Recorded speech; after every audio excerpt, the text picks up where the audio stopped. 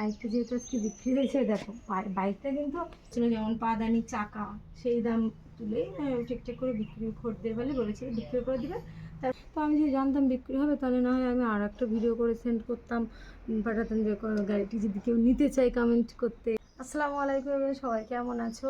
আলহামদুলিল্লাহ আমরা অনেক ভালো আছি, তার মধ্যে একটু খারাপ আছি। তো welcome back to my channel Lovelia blog. এবার বলি আসল ঘটনা যেটা, সেটা হলো এত বাবার বাইক, যত সমস্যায় বাইক নিয়ে, মানে আমাদের যে মেন বাইক ছিল সেই মেন বাইকটা যখন বিক্রি হয়ে গেছে, তারপরে তো মনের মতো পাইনি, আমি জাস্ট সব বলে দিয়েছিলাম ব্ল্যাক কালার চাইছিলাম। তো দেখাচ্ছি, ঘুরিয়ে ঘুরিয়ে দেখাই যেটা সম্পর্কে যা বলছি। এটা তো আমার অন করা, অফ করবো, অফ করবো। তো যেটা বলছিল, এই বাইকের ব্লগ তোমরা কিছুদিন আগে দেখেছো, আর আমি আয়াতের পাপাকে জাস্ট 1 মাস মতো টাইম দিয়েছিলাম, কি আমার অতটা খেয়াল নেই। এই বাইকটা যেহেতু সার্ভিস করতে দিয়েছিল, কিন্তু সার্ভিস হয়নি, যে আজকেই একদম আজকে কি বার, আজকে মঙ্গলবার, আজকে রাত্রে বাইকটা বিক্রি হয়ে যাবে, মানে কাস্টমার অলরেডি হয়ে গেছে। তো তাই জন্য আমি ভাবলাম, যেহেতু এখানে ভাগ্যিস আমি লাভলিয়ার ব্লগ এখনও লিখিনি এই বাইকে, তাহলে বেশি মায়ায় জড়িয়ে পড়তাম। এই বাইকে আমি লাভলিয়ার ব্লগ লিখবো ভেবেছিলাম। আয়তের পাপাকে আমি শর্ত দিয়েছিলাম এখানে যে শোটি বাড়াতে, পিছনের ওটা বাড়াতে, আর সিট কভার চেঞ্জ করতে। পাদানি এখানে সেট করেছে, এই যে পাদানি সিট কভারটা চেঞ্জ করেছে, এটাও না সম্ভব করে তুলতে পেরেছে না এটা। তো এই বাইকটা তো একদমই পছন্দের না, হয়তো কিছুদিন চালিয়েছে একটু ভালো লেগে গেছে। আজ বাবা কি কি ভালো বলছিলে বাইকটা, কি বলে এরকম বলছিলে যে টানের গাড়ি, ওটার থেকে এটার বেশি টান না কি একটা বলছিলে, পিকআপ পিকআপ না গিয়ার না কি বলছিলে, সেটাই জিজ্ঞাসা করছি। তো বলছিল প্লাস পয়েন্ট ওঠাই, মানে কম সময় পৌঁছানো যায় ওই বাইকের থেকে। পিকআপ না গিয়ার কি বলছিল, যেটা টান বেশি ভালো। যাই হোক, চালিয়ে আর আমাদের কিন্তু দেখায় না বাইকটা, আমাদের ক্ষেত্রে একটু অপছন্দের, আর কেউ পছন্দ করছে না। তো কারোর পছন্দ নেই, না আমার শাশুড়ি না আমার মায়ের না কারো। আমার তো প্রথমে একদম পছন্দ হয়নি ব্ল্যাক কালার থেকে, এই ব্লু কালার থেকে। ব্ল্যাক কালারের একটি আছে, আমার বাপের বাড়ি ওখানে, আমার একটা ভাই বাইকের ব্যবসা করে সেখানে। তো হ্যাঁ, মানে ব্ল্যাক কালারের খোঁজার চেষ্টায় আছে, ছিল এতে বাবা পাইনি, তো সন্ধান একটা পেয়েছে, হলেও হতে পারে। আর এতে বাবা এখনও পর্যন্ত কনফিউজ এই বাইকটা নিয়ে। এতে বাবা কিন্তু মাঝখানে আমার বললো এটা ফাইনাল কনফার্ম করব। তো বাইকটা যেহেতু আজকে বিক্রি হয়েছে, দেখো বাইকটা কিন্তু আজকে এতে বাবা সার্ভিস করতে দিয়েছিল, যেই শুনেছে বিক্রি হয়ে যাবে বলছে, মানে যার মানে যিনি নেবেন আর কি বাইকটা, তিনি নিজের মতো করে সুন্দর করে নেবেন। ওই জন্য আয়তে বাবা সার্ভিস করতে বারণ করে দিয়েছিল, সুন্দর মতো গাড়িটি মুছে দিয়েছে। আর আজকে এখন যেহেতু বিকালবেলা, আয়তে বাবা দুপুরবেলা এসে আমাকে সংবাদটা দিবে, এসেও না।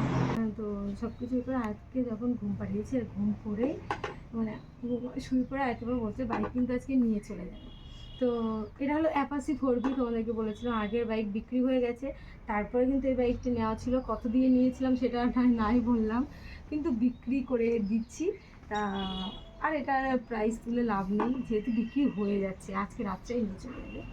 তো সেহেতু আগেরটার মতো কিন্তু একদমই দুঃখ না। দুঃখ তোমার? দুঃখ মুখ নাড়িয়ে কী করছো? আমি তো তোমার মানে না না দুঃখ না। আগেরটার বেলা একটু বেশি বেশি না, আমার খুব দুঃখ হচ্ছিলো আগেরটা। এটার প্রতি অতটা মায়া হয়নি, সিম্পলি চলেছে, কোনো ব্যাপার নেই।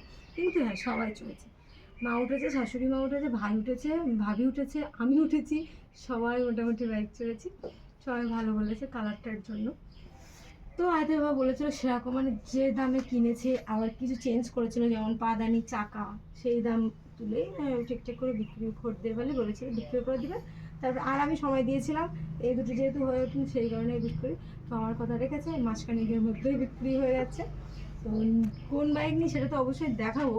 তো একটা বিষয় খারাপ লাগছে, যে চেঞ্জ হয়ে মানে বিষয়টা স্থির হচ্ছে না, সব উল্টো পাল্টা হয়ে যাচ্ছে, এবং চলে যাবে। আমি ভাবলাম, আমি বললাম তুমি সেই যেমন চলে যাচ্ছ, একটা ছোট্ট ভিডিও করা থাক, মানে স্মৃতি হিসেবে থাক, চলে এসো কাছে, অত দূরে গেছে বলে।